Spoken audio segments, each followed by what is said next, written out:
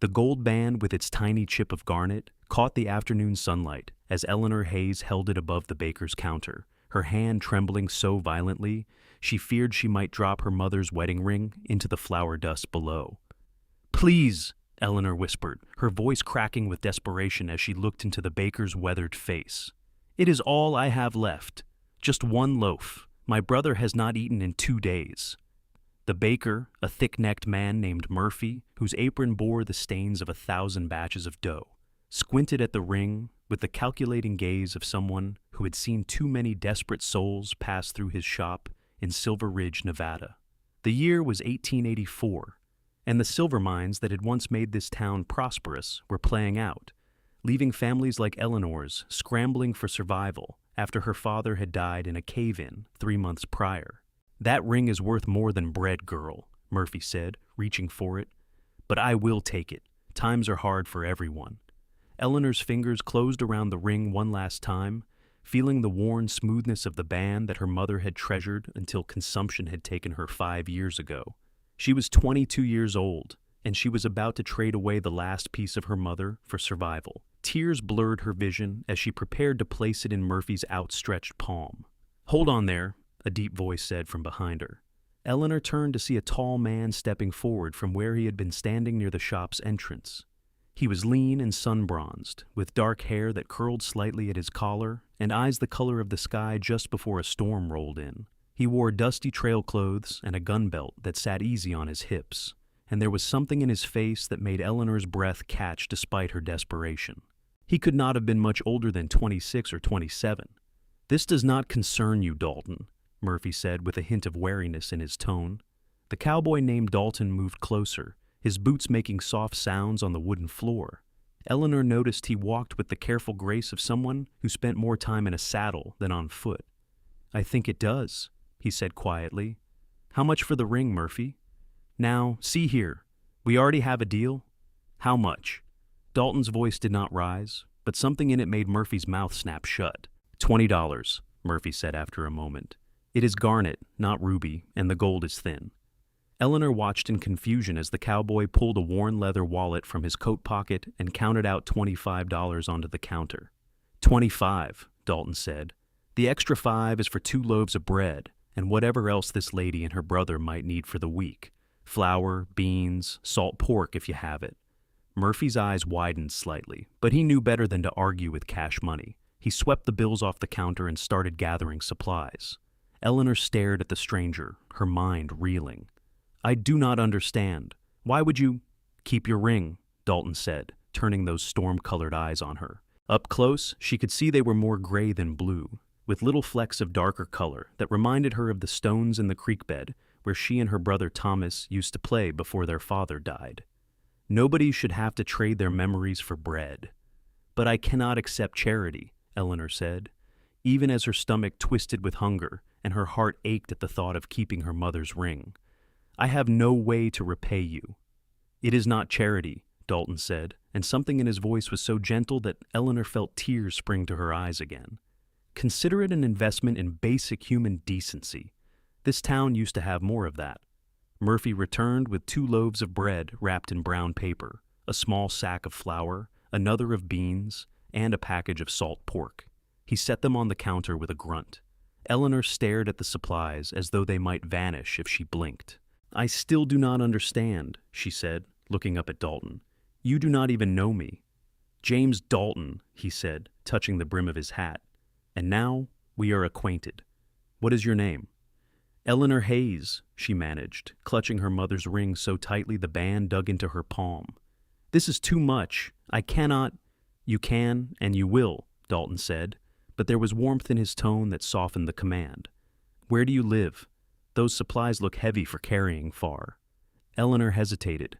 She had been taught not to trust strangers, especially men, but there was something in James Dalton's face that made her want to trust him.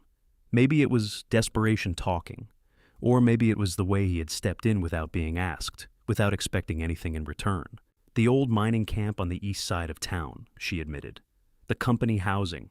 My father worked for the Silver Star mine before he died." Something shifted in Dalton's expression. "Samuel Hayes was your father?" Eleanor's eyes widened. "You knew him?" I knew of him, Dalton said quietly. I was working a claim near the Silver Star when the cave-in happened. I am sorry for your loss. Sam Hayes had a reputation as a good man and a fair one.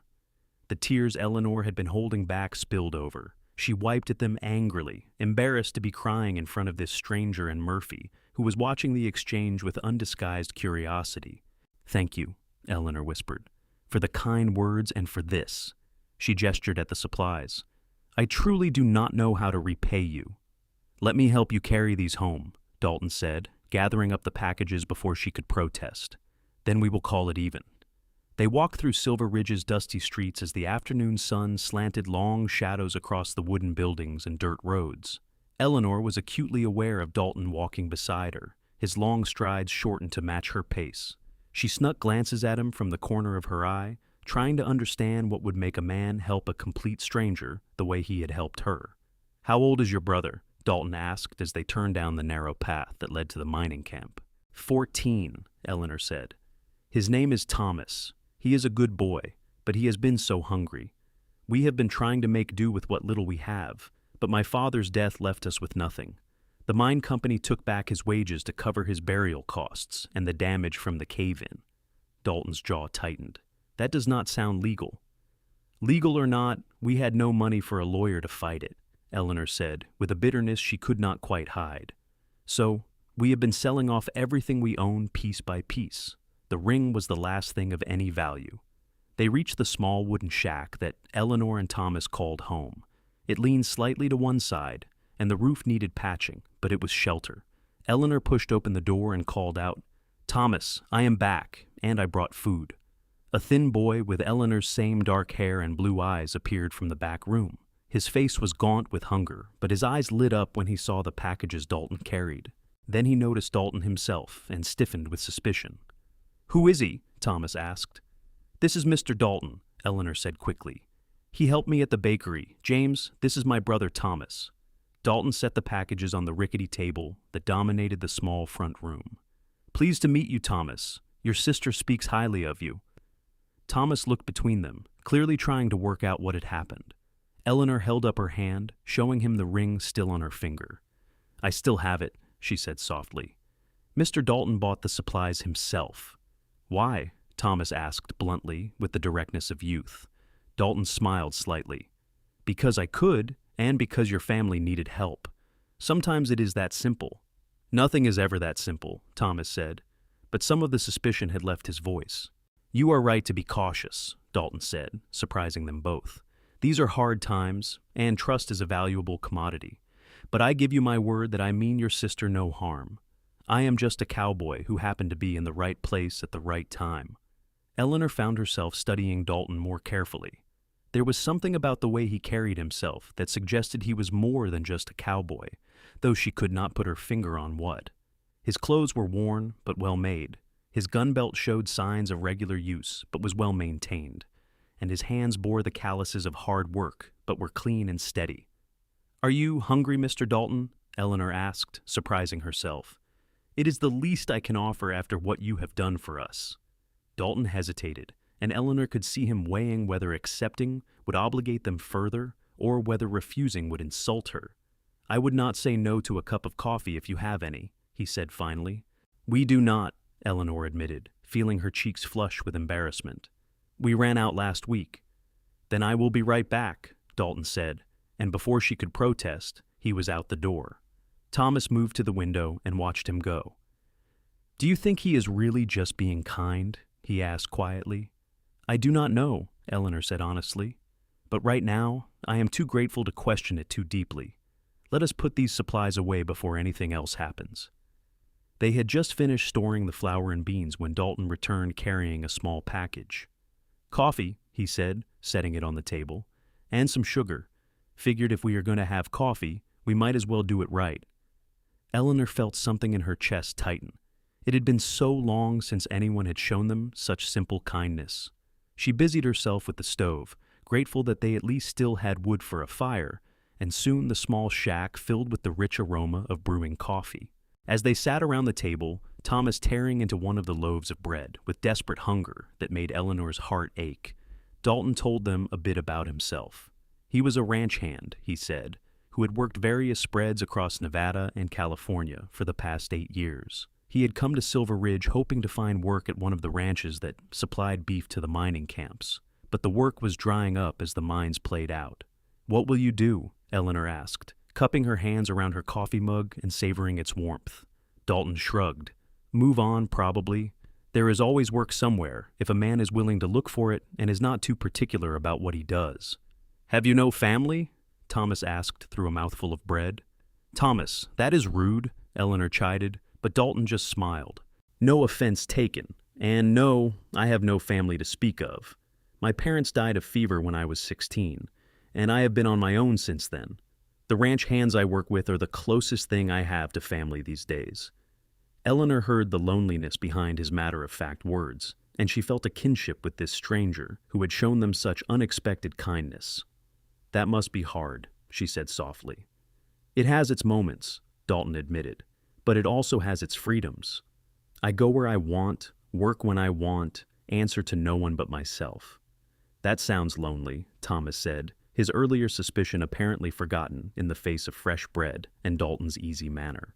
"Sometimes it is," Dalton agreed, and his eyes met Eleanor's across the table. Something passed between them in that moment, an understanding perhaps, or a recognition of shared loss and hardship.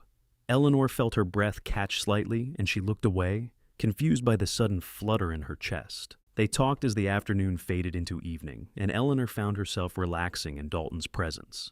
He had an easy way about him, a quiet confidence that was not arrogance, and a sense of humor that surprised her.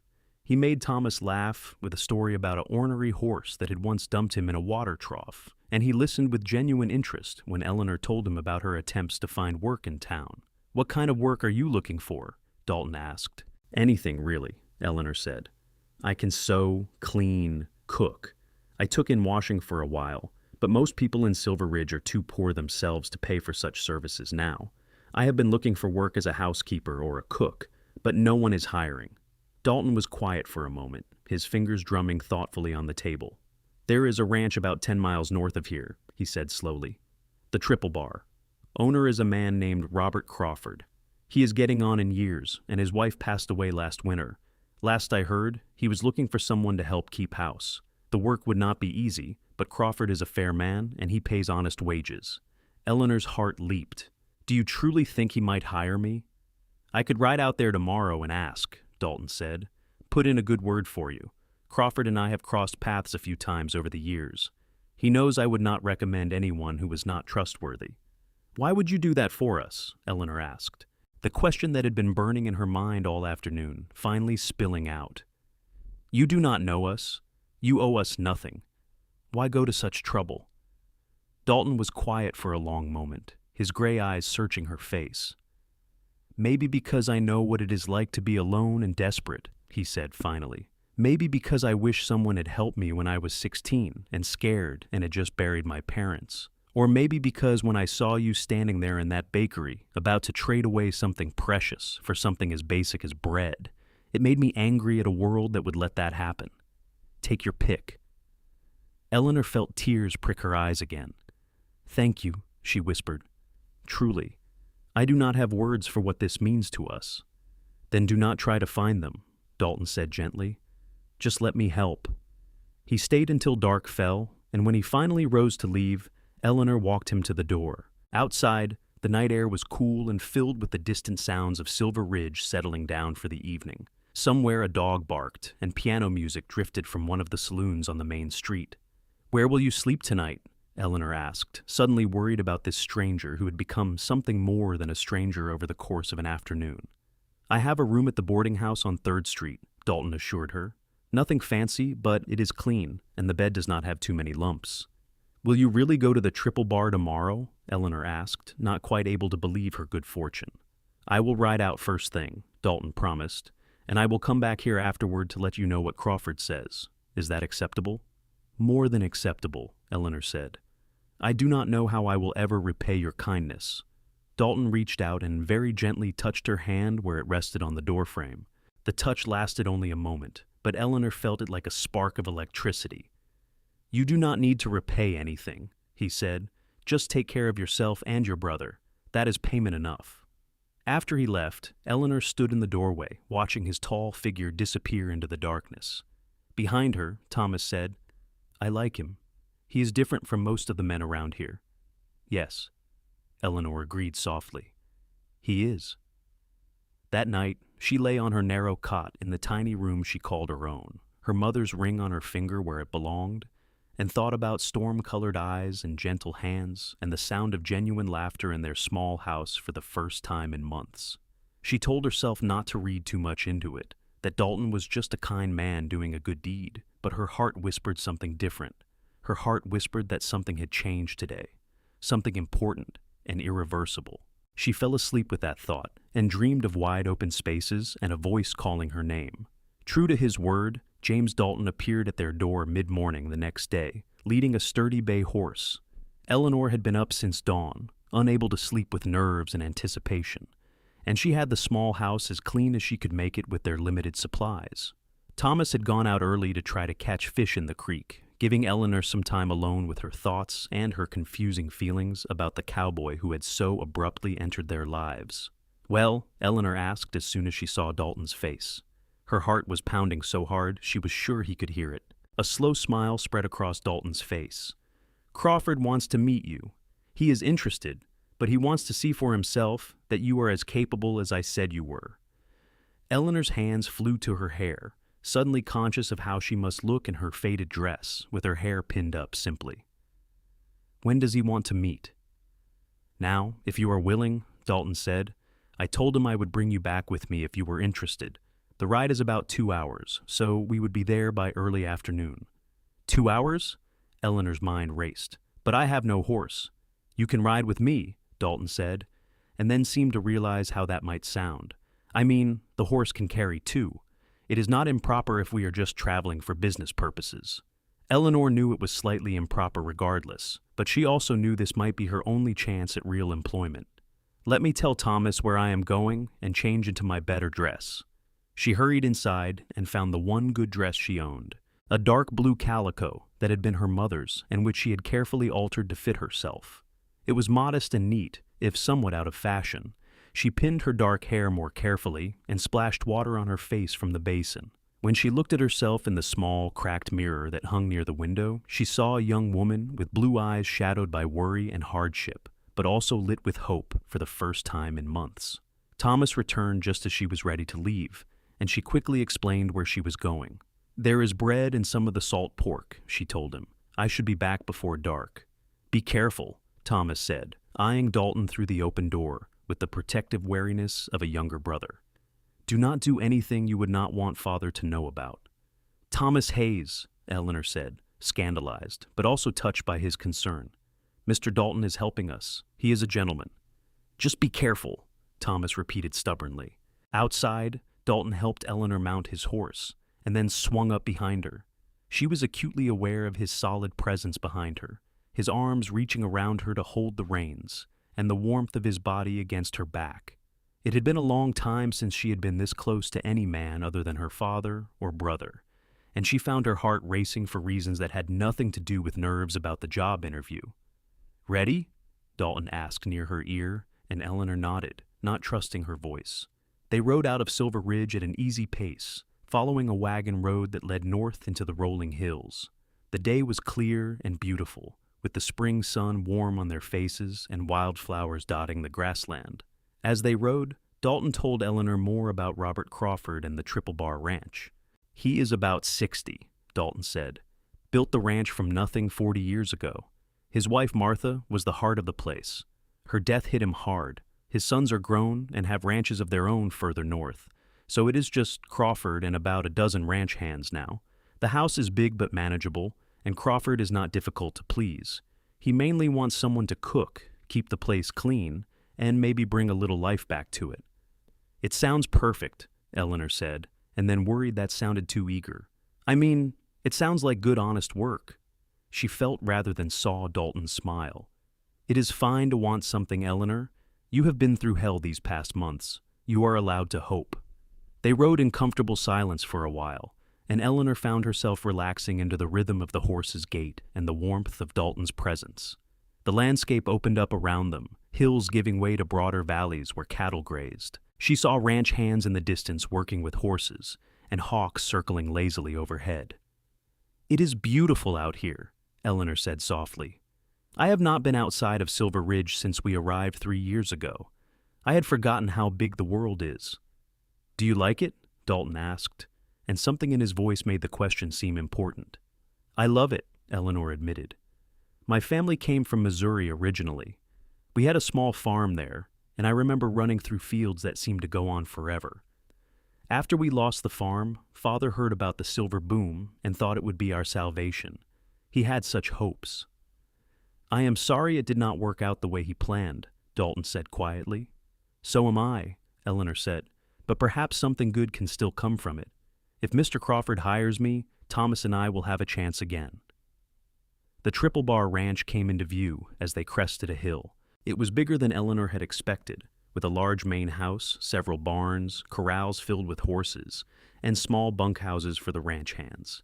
Everything was neat and well-maintained, speaking to pride in the place despite the recent loss of its mistress. As they rode into the yard, several ranch hands looked up from their work. Dalton nodded to a few of them, clearly familiar faces, and guided his horse toward the main house. An older man, with iron-gray hair and a weathered face, stepped out onto the porch. He was tall and still strong-looking, despite his years, with sharp blue eyes that assessed Eleanor carefully as Dalton helped her dismount. "Crawford," Dalton said with a nod. "This is Eleanor Hayes, the young woman I told you about." "Miss Hayes," Crawford said, his voice a deep rumble. "James here speaks highly of you, says you are hard-working and trustworthy." Eleanor met his gaze steadily despite her nerves. "I would like to think so, sir.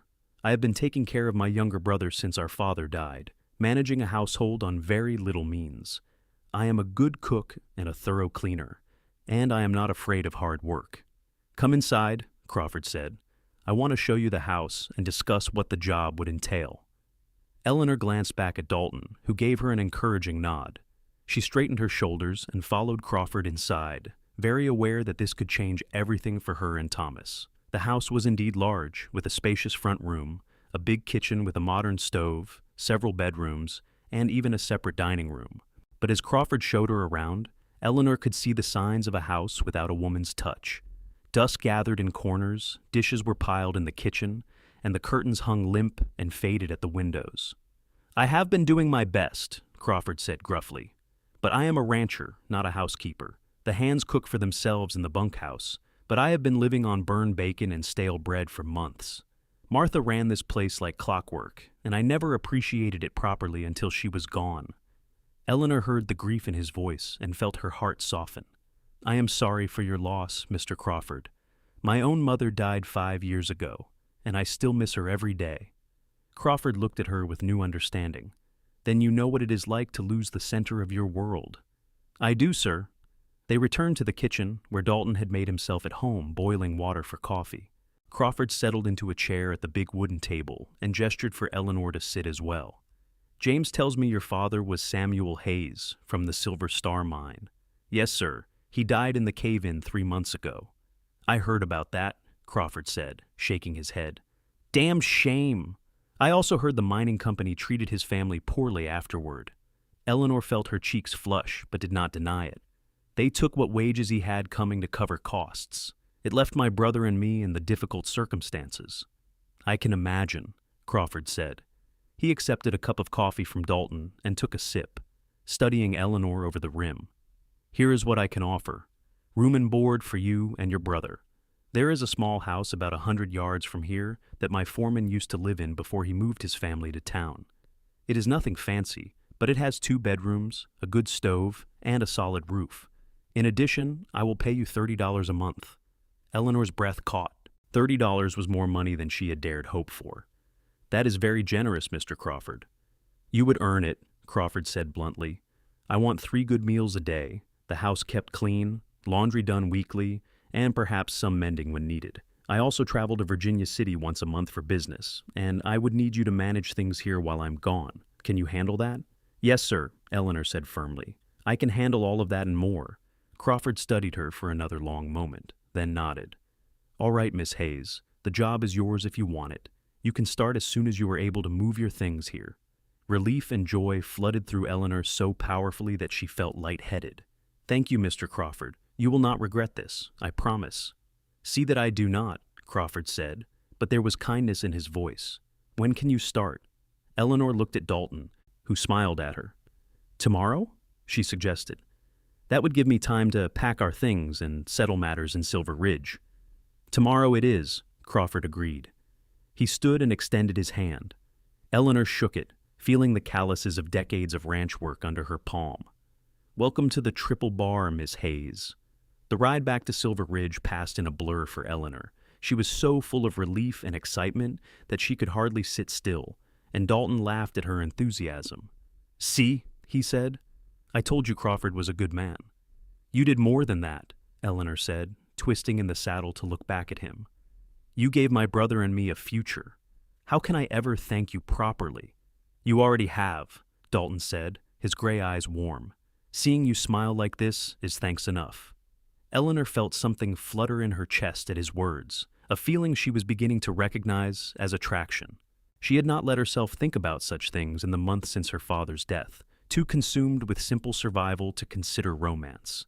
But now, with the security of employment ahead of her, she allowed herself to acknowledge what she had been feeling since the moment Dalton had stepped forward in the bakery. She was drawn to him in a way she had never experienced before.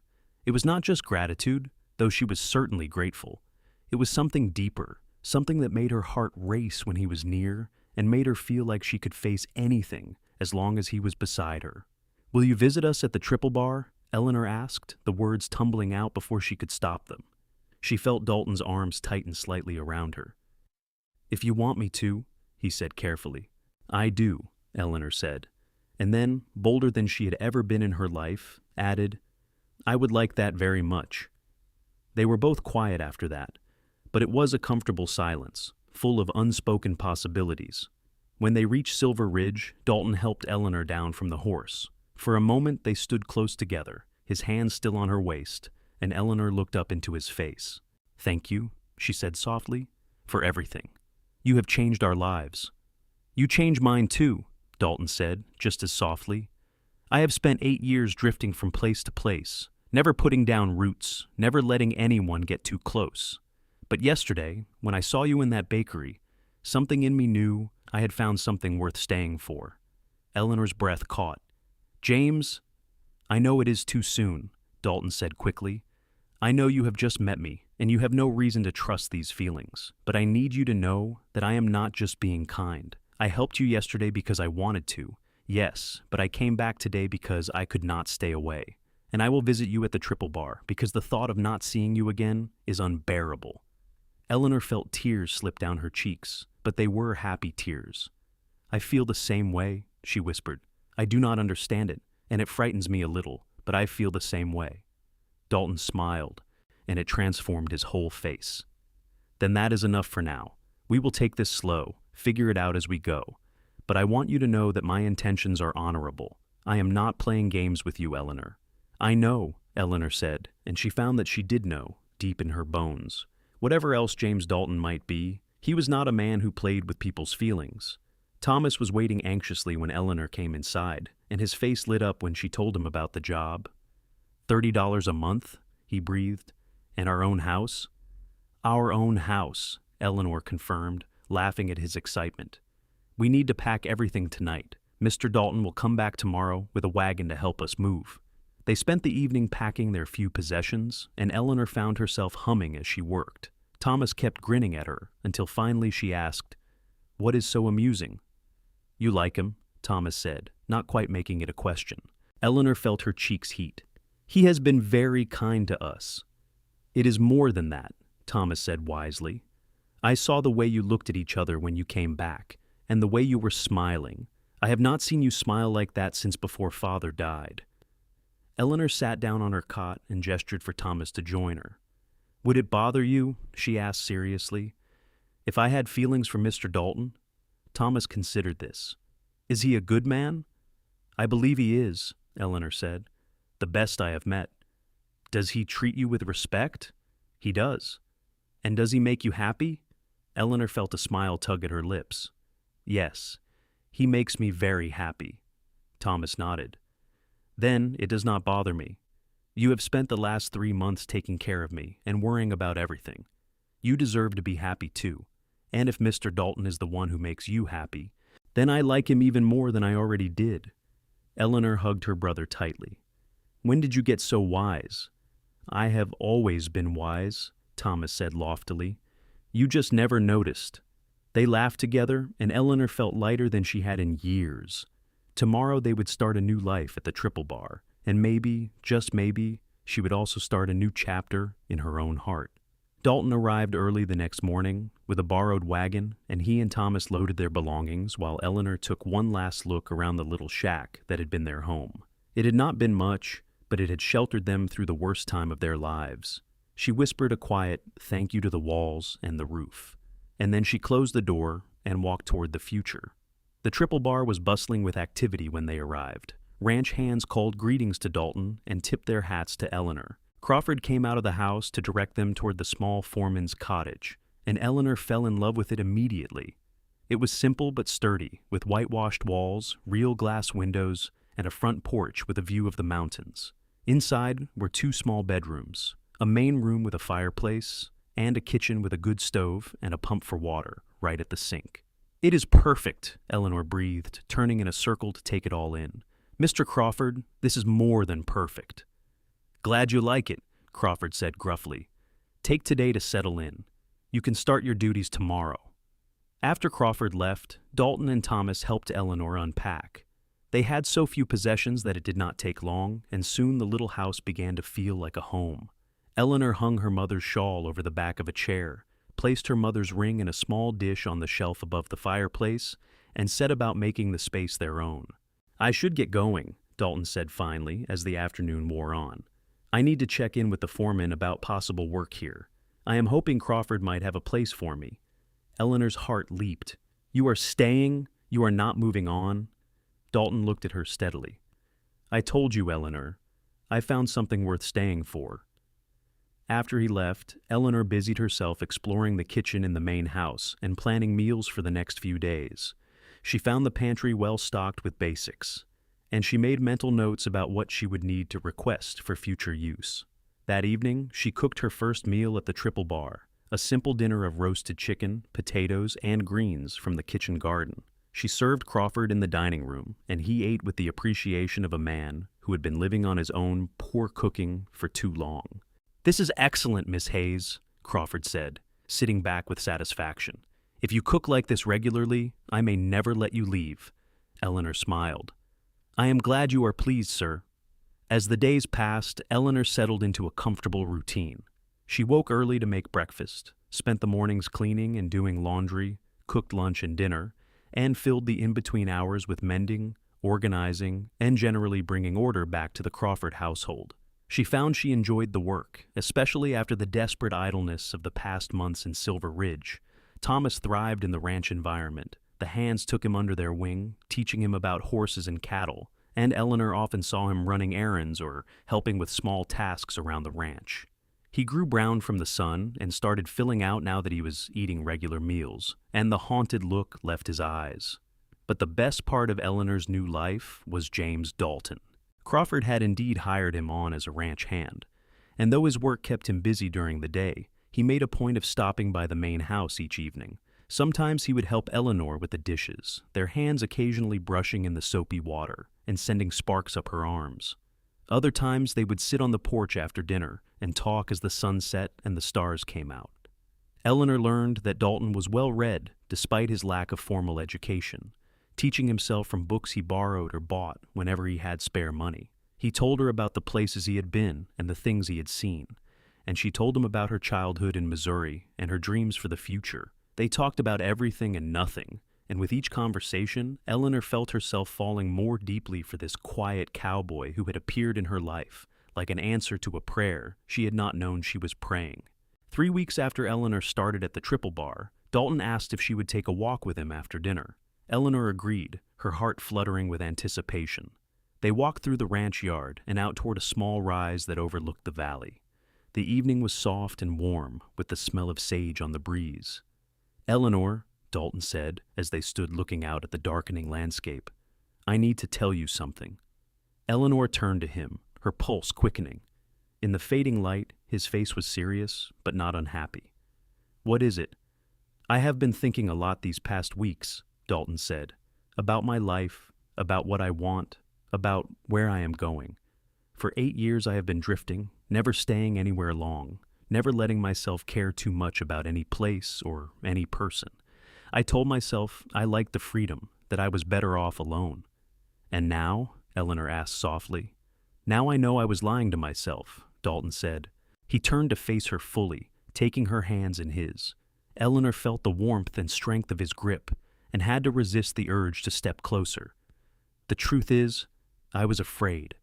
Afraid of losing people the way I lost my parents. Afraid of putting down roots and having them ripped away. So I kept moving, kept my heart locked up tight, and told myself I was happy." "What changed?" Eleanor asked, though she thought she knew the answer. "You," Dalton said simply. "You changed everything. From the moment I saw you in that bakery, willing to trade something precious for your brother's survival, I knew you were someone extraordinary. And as I have gotten to know you these past weeks, that feeling has only grown stronger. You are brave and kind and determined, and when I am with you, I feel like I have finally found the place I am supposed to be." Eleanor felt tears gathering in her eyes. "James, I feel the same way. These weeks have been the happiest I have had in years, and it is not just because of the job or the security. It is because of you. When I am with you, I feel like I can breathe again, like the world is not quite so hard and scary." "Then you understand what I am about to ask," Dalton said, his voice rough with emotion. "I know it has only been a few weeks. I know some people would say it is too soon. But I have never been more sure of anything in my life. Eleanor Hayes, I am falling in love with you. Actually, I think I have already fallen, and I want to know if you might feel the same way." Eleanor's heart felt like it might burst from her chest. "I do," she whispered. "I feel exactly the same way. I have been trying not to rush things, trying to be sensible, but the truth is that I have been falling in love with you since the moment you bought my mother's ring and gave it back to me." Dalton's face lit up with joy. He raised one hand to cup her cheek, his thumb brushing away a tear that had escaped down her face. "May I kiss you?" he asked softly. "Please," Eleanor breathed. The kiss was gentle and sweet, a soft press of lips that sent warmth flooding through Eleanor's entire body. Dalton's arms came around her, pulling her close, but not too close, mindful of propriety even in this moment of intimacy. When they finally pulled apart, both were smiling. "I never thought I would feel like this," Eleanor said, resting her forehead against Dalton's chest and listening to the steady beat of his heart. "After everything that happened with Father, I thought I would just focus on taking care of Thomas. I did not think there would be room for anything else."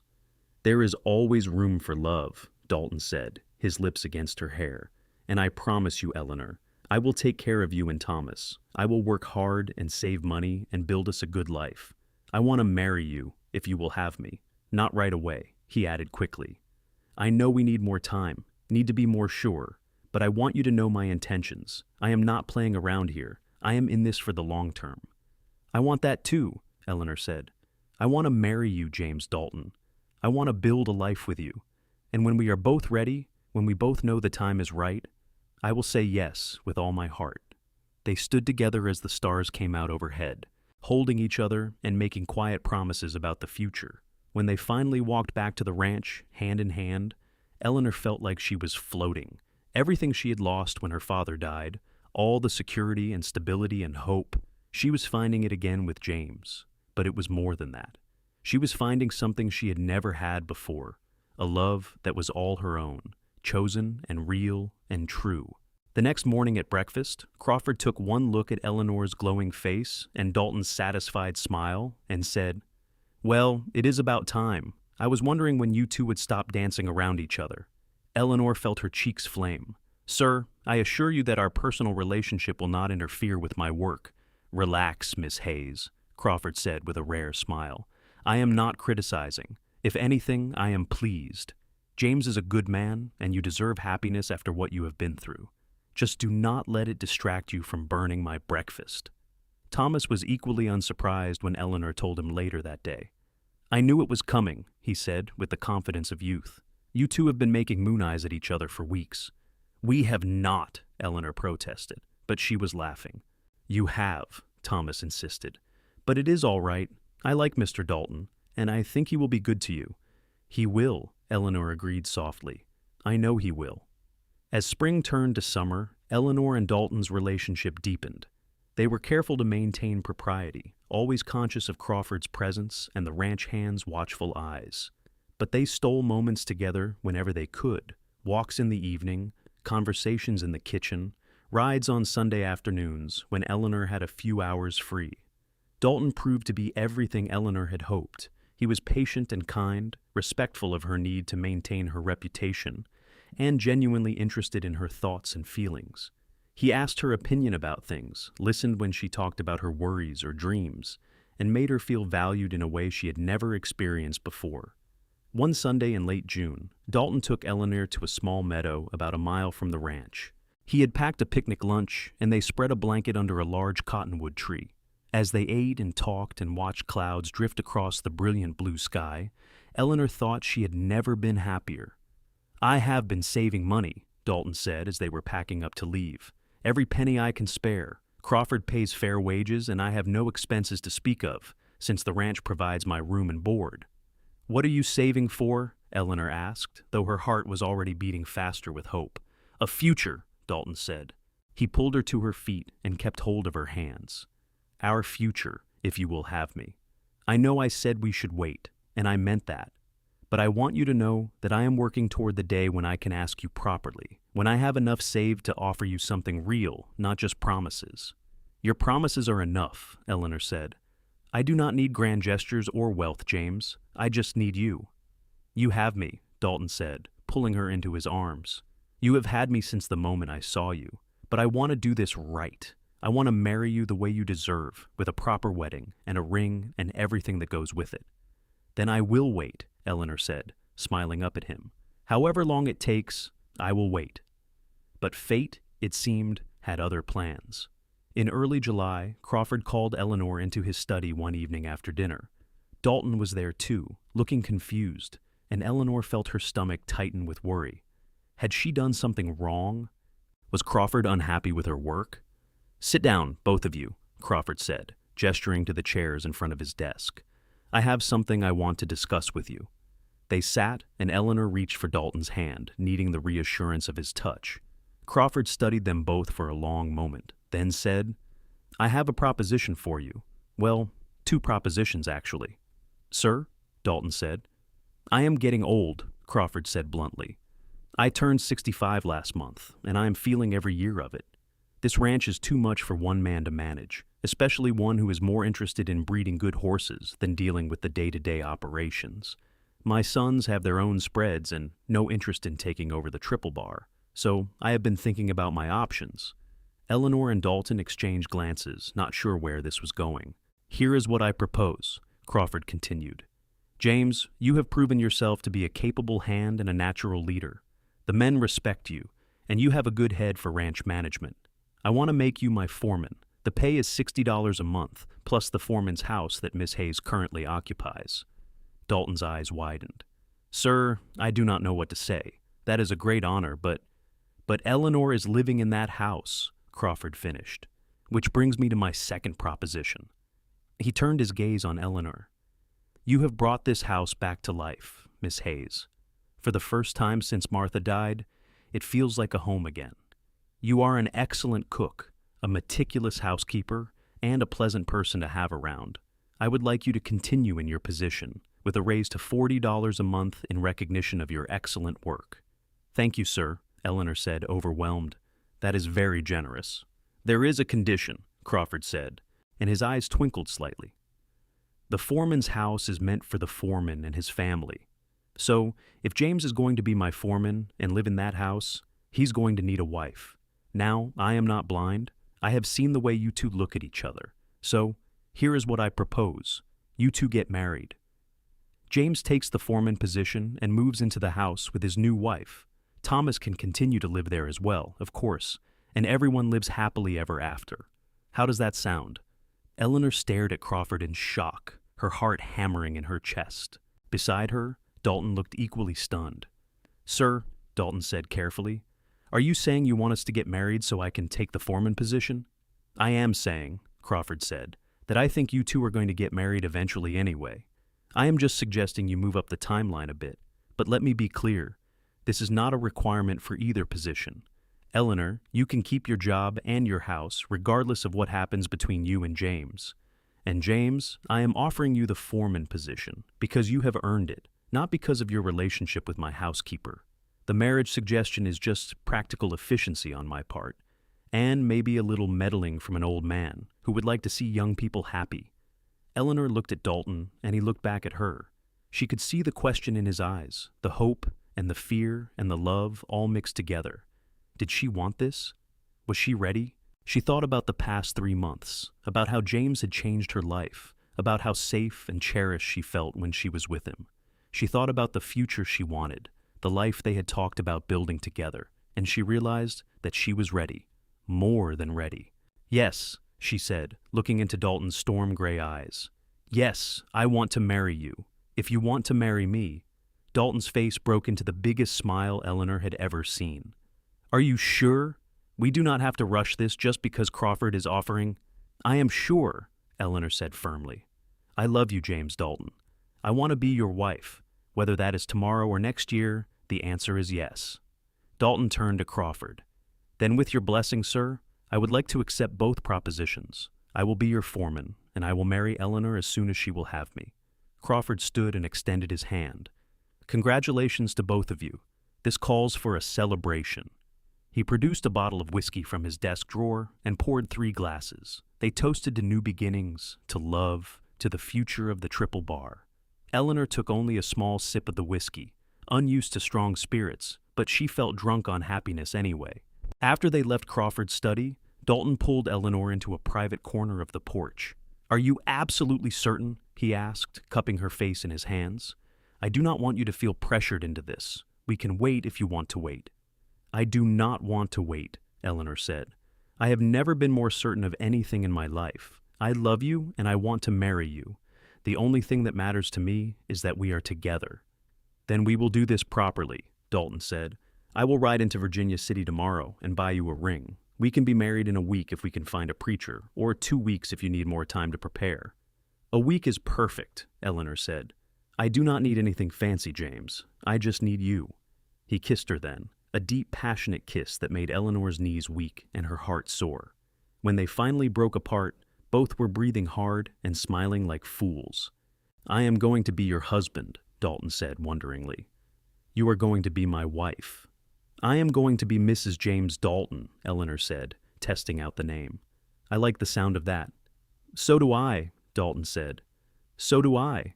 Thomas's reaction to the news was characteristically enthusiastic.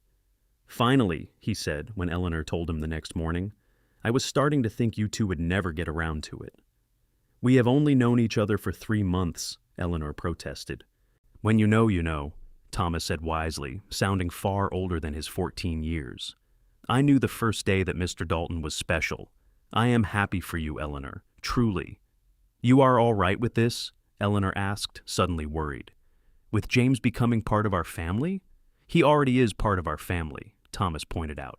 This just makes it official. Besides, now I will have an older brother. Someone has to teach me how to be a proper cowboy. The week leading up to the wedding passed in a blur of activity. Dalton rode to Virginia City and returned with a simple gold band that he presented to Eleanor, with all the ceremony of a prince offering a crown jewel. Eleanor took her one good dress and, with the help of some fabric Crawford bought for her in town, transformed it into something resembling a wedding gown. Crawford arranged for a circuit preacher who was traveling through the area to perform the ceremony, and the ranch hands threw themselves into preparing for the celebration with an enthusiasm that touched Eleanor deeply. On the morning of her wedding day, Eleanor woke to find wildflowers outside her door, gifts from the ranch hands who had come to respect and care for their boss's housekeeper. She arranged them in her room and got dressed with hands that shook only slightly with nerves and excitement. The ceremony took place in the late afternoon, in the yard of the ranch, with the mountains providing a spectacular backdrop and the entire ranch turning out to witness it. Eleanor wore her transformed blue dress with a wreath of wildflowers in her hair. Dalton wore his best clothes, his hair neatly combed, and his face shining with such love that Eleanor felt tears prick her eyes. The preacher, a kindly old man named Reverend Matthews, spoke about love and commitment and the sanctity of marriage. But Eleanor barely heard the words. She was too focused on Dalton's face, on the way his hands trembled slightly as he took hers, on the intensity in his eyes as he repeated his vows.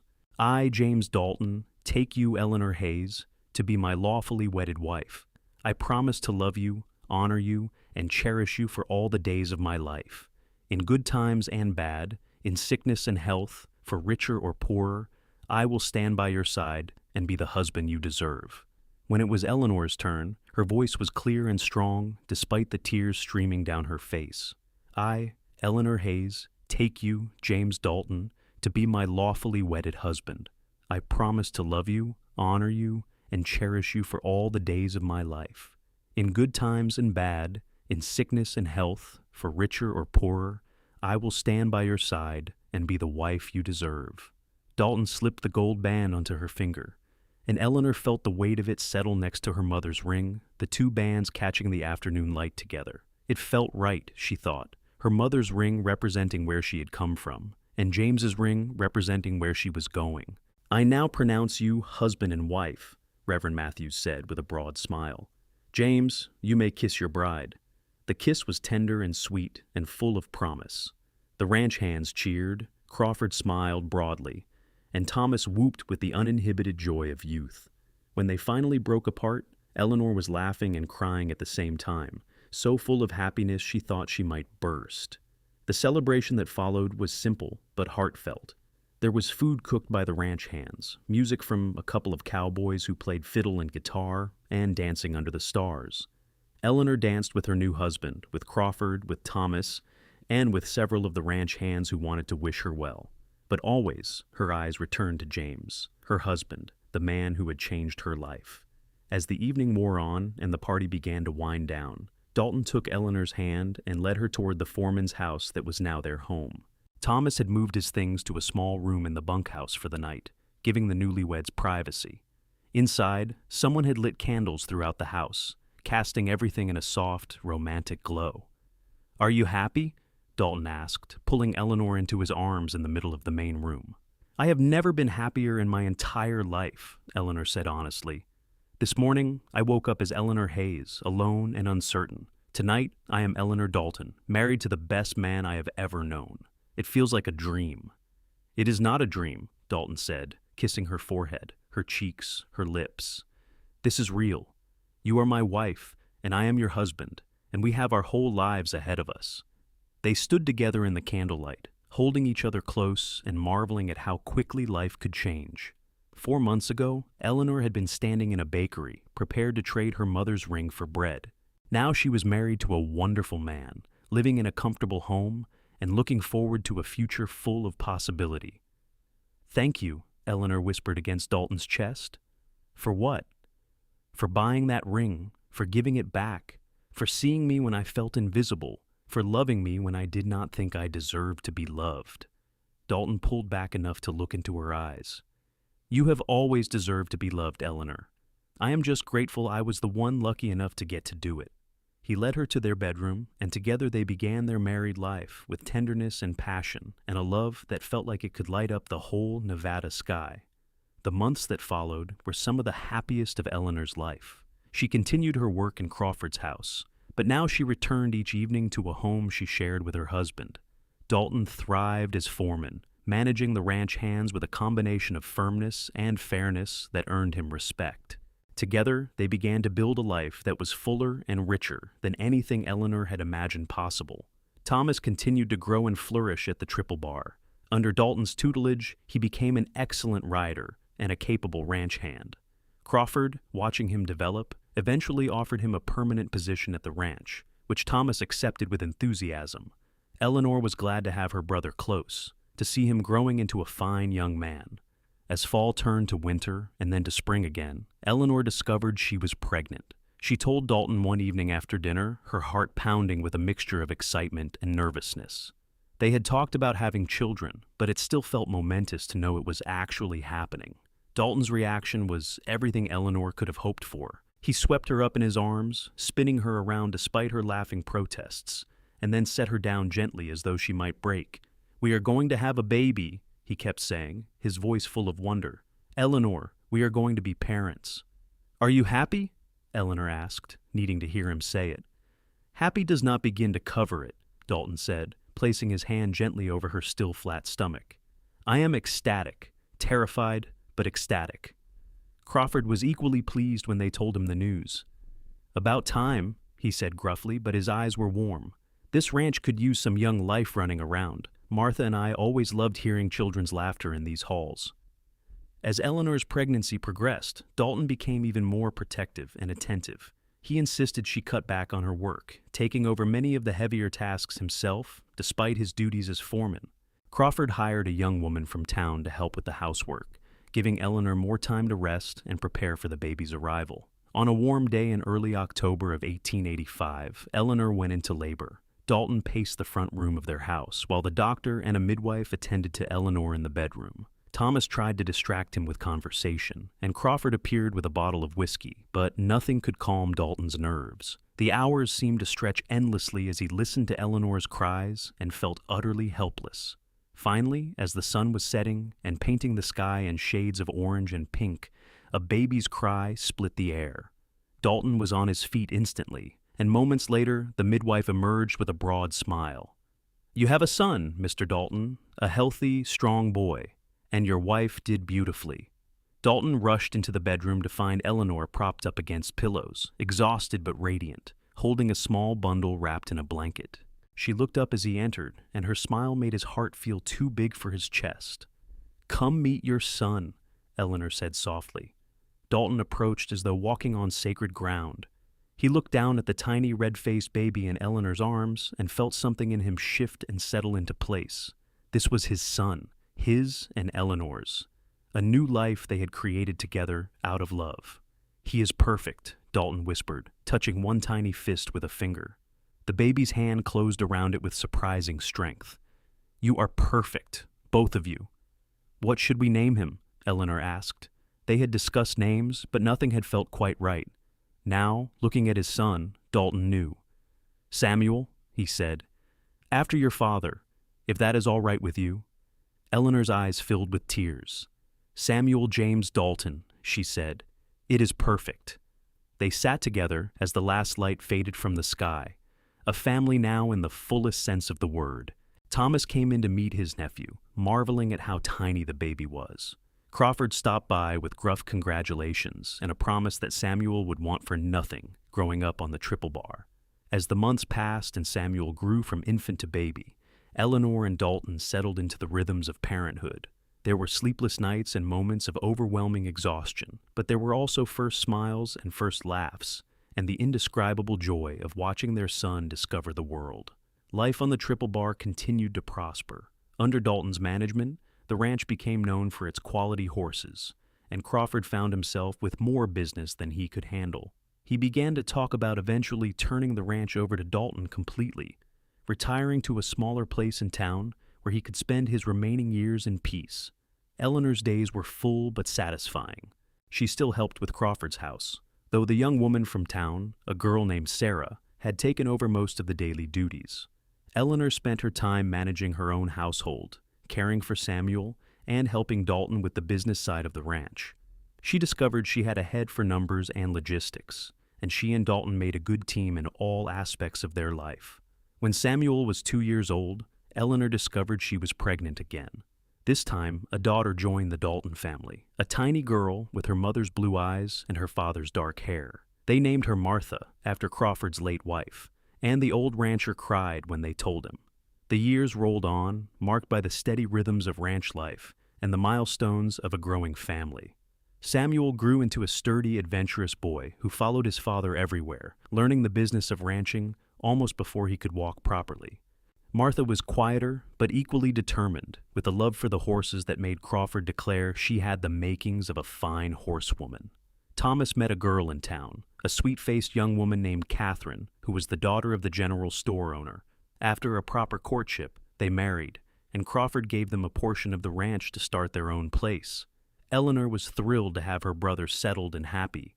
and delighted when Catherine gave birth to a daughter, making Eleanor an aunt. In the spring of 1890, Crawford's health began to decline. He was 70 years old and had lived a hard life, and his body was beginning to fail. He called Dalton and Eleanor to his study one evening, and they knew from his face that the conversation would be important. "I am dying," Crawford said bluntly, waving away their protests. "Do not coddle me. I have made my peace with it. I have lived a good life, loved a good woman, and built something I am proud of. Now, I need to make sure that something continues in good hands." He pushed papers across the desk toward them. "This is the deed to the Triple Bar. I am leaving the ranch to you, James, in recognition of everything you have done for this place over the past 6 years. You have been like a son to me, and I know you will take care of it the way I would have wanted." Dalton stared at the papers, clearly overwhelmed. "Sir, I do not know what to say. This is too much." "It is not too much," Crawford said firmly. "It is what is right. You have earned this, James. You and Eleanor have brought life back to this place. Martha would have loved you both, and she would have approved of my decision." Eleanor felt tears streaming down her face. "Thank you," she whispered, "for everything, for giving us a chance, for believing in us, for treating us like family." "You are family," Crawford said simply, "and this ranch is your legacy now. Take care of it, raise your children here, build something good." Robert Crawford died peacefully in his sleep 3 weeks later. They buried him next to his wife Martha on a hill overlooking the ranch he had loved. The whole community turned out for the funeral, a testament to the respect he had earned over his long life. Eleanor stood with Dalton and their children, grieving for the man who had given them so much, but also grateful for the time they had been given with him. Running the Triple Bar as owners rather than employees brought new challenges and responsibilities, but Dalton and Eleanor rose to meet them. They expanded the horse breeding operation, focusing on quality over quantity, and the ranch's reputation grew throughout Nevada. They hired more hands, built new corrals and barns, and slowly but surely made the Triple Bar into one of the most successful ranches in the territory. Through it all, their love for each other only deepened. They had been married for 6 years, together for nearly 7, and Eleanor still felt her heart skip when she saw Dalton riding in from the range. He still looked at her like she was the most precious thing in his world, and he still kissed her goodnight every evening, no matter how tired they both were. In the summer of 1891, Eleanor discovered she was pregnant for a 3rd time. She was 30 years old now, confident and capable in ways she never could have imagined when she was that desperate girl in the bakery. This pregnancy was easier than the previous 2, and in the spring of 1892, she gave birth to another son. They named him Robert, after Crawford, and Eleanor saw the pride and love in Dalton's eyes as he held his youngest child. Samuel was 6 now, bright and curious and full of energy. Martha was 4, quieter but no less determined, with a special gift for working with the horses. And now, Robert, completing their family with his lusty cries and tiny fists. 3 children, Eleanor said one evening, as she and Dalton sat on the porch of their house, watching the sunset paint the mountains gold. The children were all asleep inside, and for a moment it was just the 2 of them, as it had been in the beginning. 3 beautiful children, Dalton corrected, pulling Eleanor close against his side. "Can you believe how much has changed since that day in the bakery?" "Sometimes it feels like a lifetime ago," Eleanor said, "and sometimes it feels like yesterday. I remember standing there, holding my mother's ring, thinking that I had reached the end of everything. And then you stepped forward and changed my entire life." "We changed each other's lives," Dalton said. "I was drifting before I met you, Eleanor. I had no purpose, no direction, no real hope for the future. You gave me all of that. You gave me a home and a family and a reason to build something lasting." Eleanor tilted her face up for a kiss, and Dalton obliged, his lips warm and familiar against hers. After all these years, his kiss still made her feel like a young girl falling in love for the first time. "I love you," Eleanor said, "more than I did the day we married, more than I did yesterday, more than I thought it was possible to love another person." "I love you too," Dalton said, "and I promise to keep loving you every day for the rest of our lives." They sat together as the stars came out overhead, the same stars that had witnessed their wedding night and the birth of their children and every moment of joy and sorrow in between. The Triple Bar was quiet around them, peaceful and prosperous, a testament to their hard work and dedication. Inside the house, Their children slept safe and sound. Thomas and Catherine lived on their own portion of the ranch with their growing family. The hands were settled in the bunkhouses, and the horses dozed in the corrals. Everything was as it should be. Everything was right, and Eleanor felt a contentment so deep it was almost painful. The years continued to unfold in a pattern of seasons and celebrations. Samuel grew tall and strong, learning the business of ranching from his father, and showing a natural aptitude for it. Martha's gift with horses became more pronounced, and by the time she was 10, she could gentle even the most difficult animals. Robert was the charmer of the family, with his easy smile and quick wit, beloved by everyone on the ranch. Eleanor continued to manage the household and the business side of the ranch, her organizational skills and head for numbers proving invaluable. She and Dalton made all major decisions together, their partnership in work as strong as their partnership in life. They disagreed sometimes, but they always worked through it, never going to bed angry, always putting their relationship and their family first. In 1895, when Eleanor was 34 and Dalton was 38, they celebrated their 10th wedding anniversary. The ranch threw a party in their honor, with music and dancing and enough food to feed half the territory. As Eleanor danced with her husband under the stars, she thought about everything they had built together, everything they had overcome, everything they had created. 10 years, she said, smiling up at Dalton. Can you believe it? Best 10 years of my life, Dalton said, and there are many more to come. How many more? Eleanor teased. All of them, Dalton said seriously. Every year I have left, I want to spend with you. Thomas gave a toast at the party, talking about the day a cowboy had stepped forward in a bakery and changed everything. James saw my sister when she was at her lowest, Thomas said, his voice carrying across the assembled crowd. He did not see a desperate woman trading her mother's ring for bread. He saw someone worth helping, someone worth knowing, someone worth loving. And in doing so, he saved not just my sister, but me too. He gave us both a future and a family. So I want to raise my glass to James and Eleanor Dalton, to the love they share, and to many more years of happiness. The crowd cheered and drank, and Eleanor felt tears slipping down her cheeks. Dalton pulled her close and kissed them away, whispering against her ear, "Do not cry, love. This is a happy day." "These are happy tears," Eleanor assured him. "I am just overwhelmed by how blessed we are." As the years rolled into the new century, the Triple Bar continued to thrive. They added cattle to their operation, diversifying in a way that made the ranch more stable and profitable. Samuel, now a young man of 15, took on more responsibility, showing the same natural leadership his father possessed. Martha was 13, tall and graceful, spending every spare moment with the horses. Robert was 9, still full of mischief, but with a good heart. Eleanor and Dalton watched their children grow, with a mixture of pride and bittersweet awareness that they were entering a new phase of life. Soon Samuel would be old enough to strike out on his own if he chose, though he showed every indication of wanting to stay and eventually take over the ranch. Then Martha had already attracted the attention of several young men, though she seemed more interested in horses than romance at the moment. Robert was still young enough to need his parents, but that too would change before they knew it. "It goes so fast," Eleanor said one evening, as she and Dalton sat in the front room of their house. It was winter now, and a fire crackled in the fireplace. The children were all occupied with their own activities, and for a moment, Eleanor and Dalton had time to themselves. "It does," Dalton agreed, "but that just makes every moment more precious." "Do you ever regret it?" Eleanor asked. "Settling down, giving up your freedom, taking on a wife and children, and all the responsibility that comes with it?" Dalton looked at her as though she had spoken nonsense. "Regret it? Eleanor, marrying you and building this life with you is the best thing I have ever done. I do not regret a single moment. Do you?" "Never," Eleanor said firmly. "Not even on the hardest days, not even when I am exhausted and overwhelmed and wondering how we will manage everything.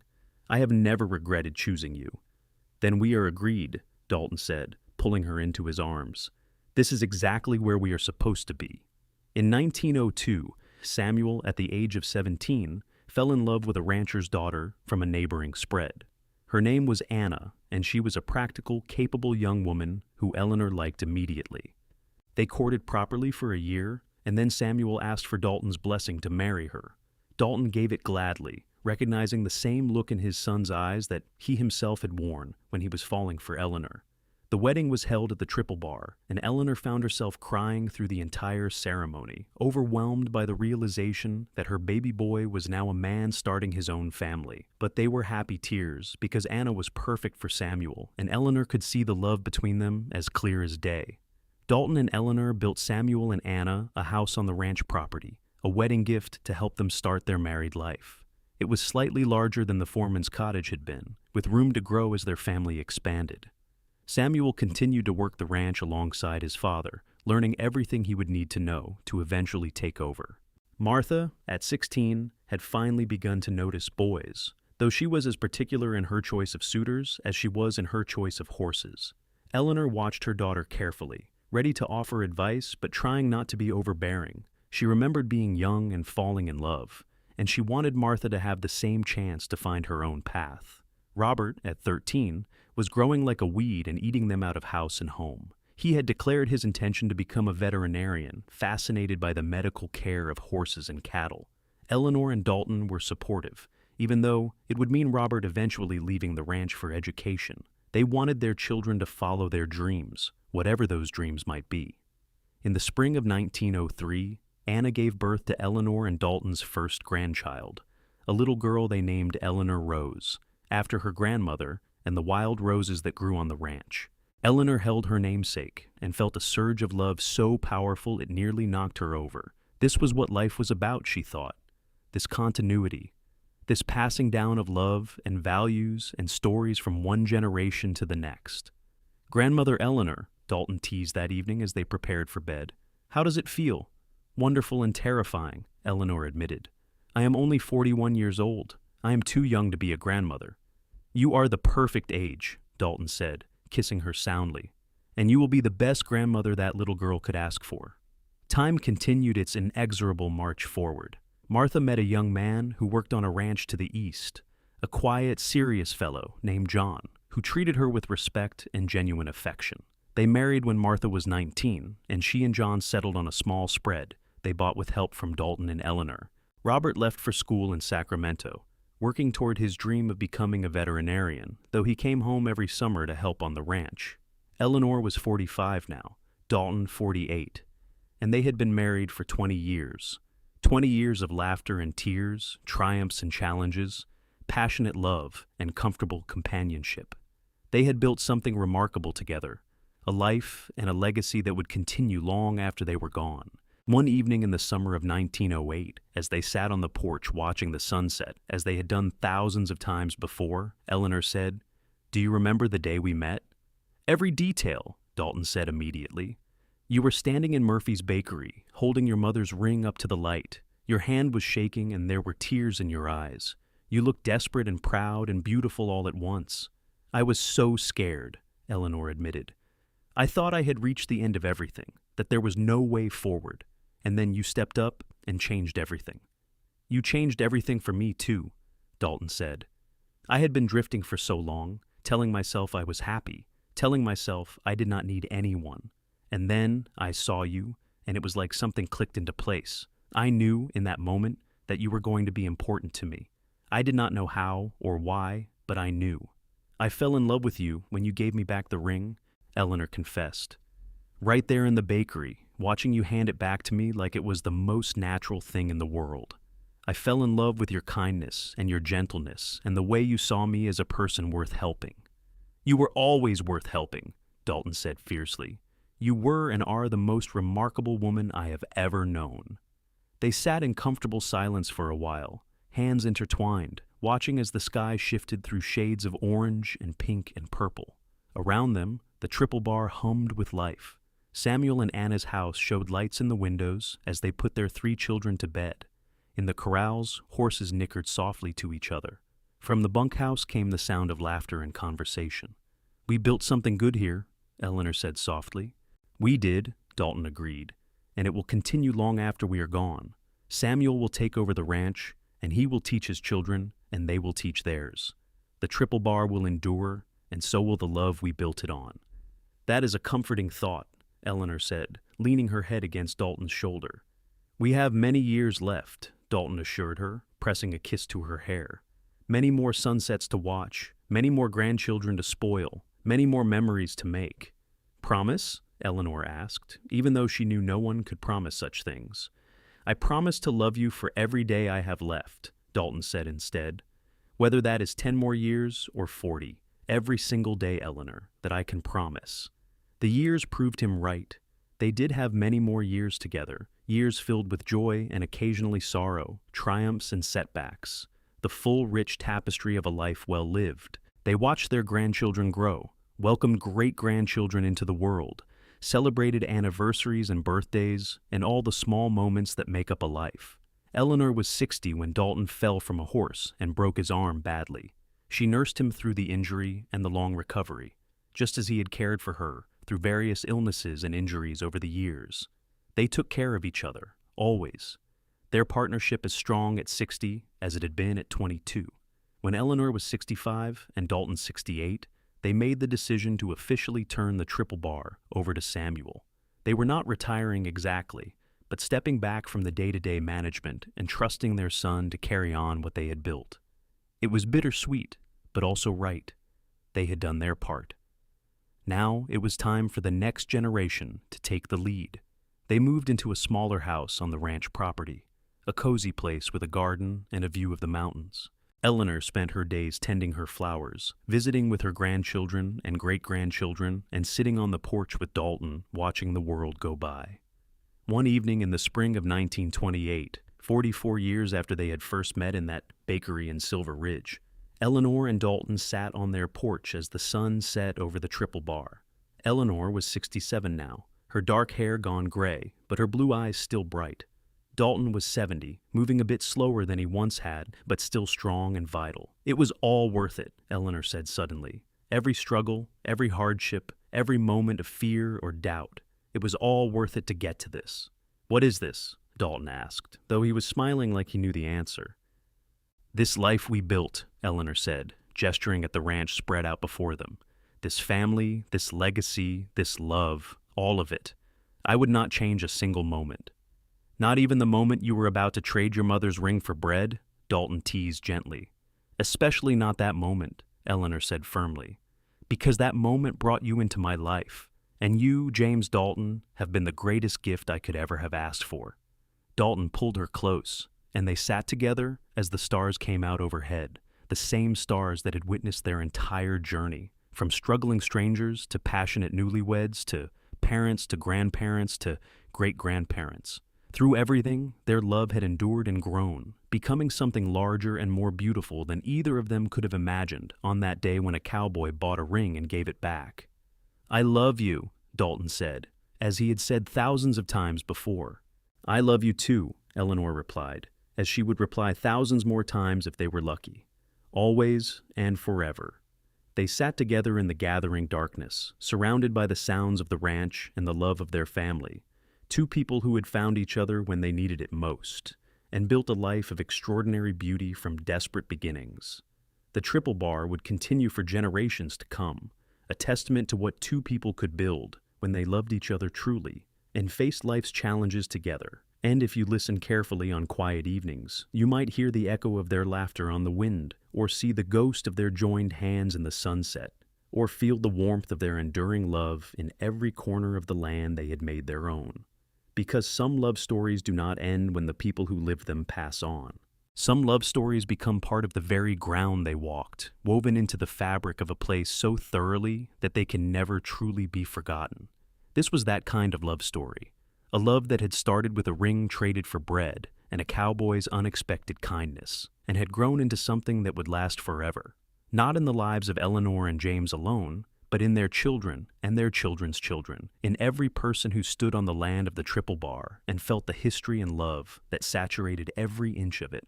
Samuel Dalton, now owner of the triple bar at 53 years old, often told the story of how his parents met to his own grandchildren. He would gather them on the porch of the big house and tell them about a desperate young woman and a cowboy with a kind heart, about a ring that was saved and a love that was found, about two people who built an empire from nothing but hard work and devotion. Your great-grandmother was the bravest person I ever knew, Samuel would say. She faced impossible odds and never gave up.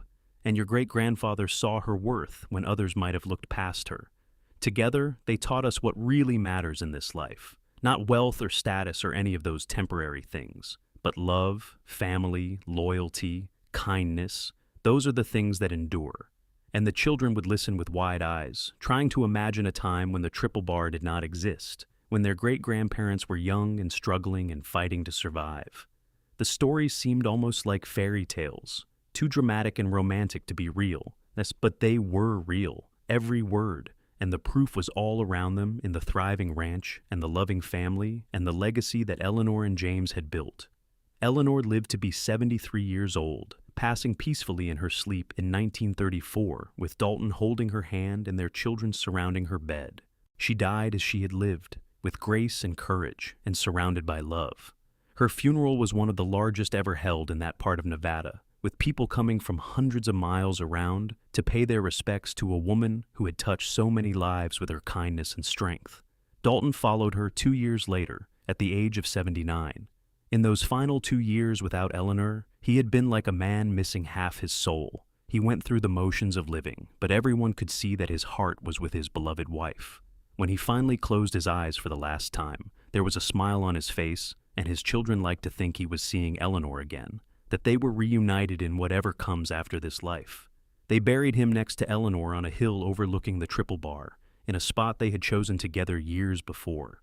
The double headstone read simply, Eleanor and James Dalton, beloved parents, grandparents, and great-grandparents, together forever.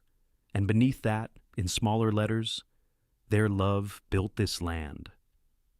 The triple bar continued to thrive for generations after Eleanor and James passed.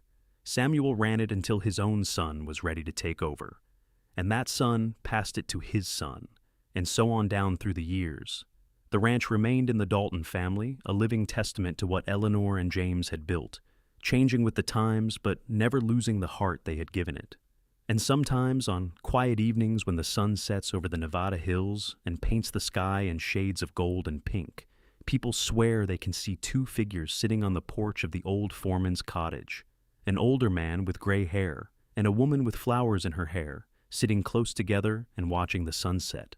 They are never there when you look directly at them, only visible from the corner of your eye, but their presence is felt nonetheless.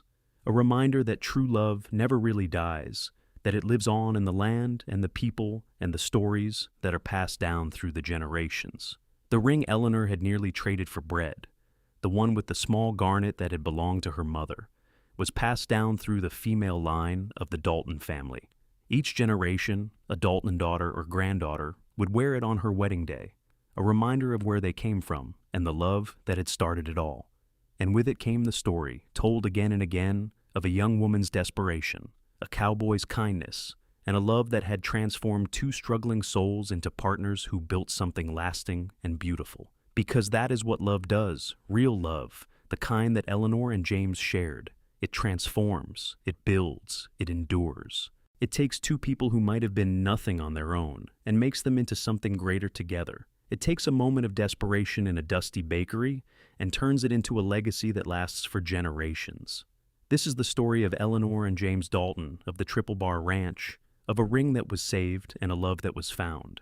It is a story of the Wild West, of hard times and harder choices, of courage and kindness and the incredible things that can happen when one person decides to help another.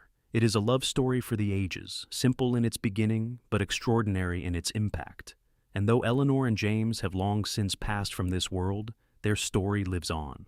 In the land they loved, in the family they created, in the hearts of everyone who hears about a cowboy who bought a ring and gave it back to a desperate young woman, starting a chain of events that would change both their lives forever.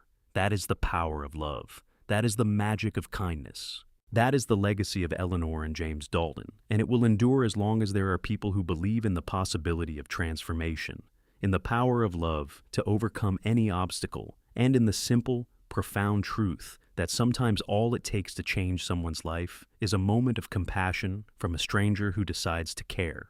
The end of their mortal story was just the beginning of their eternal legacy, a legacy of love that would ripple through time and touch countless lives in ways they could never have imagined when they first stood together in that bakery in Silver Ridge, two souls finding each other in the darkness and creating light that would shine for generations to come.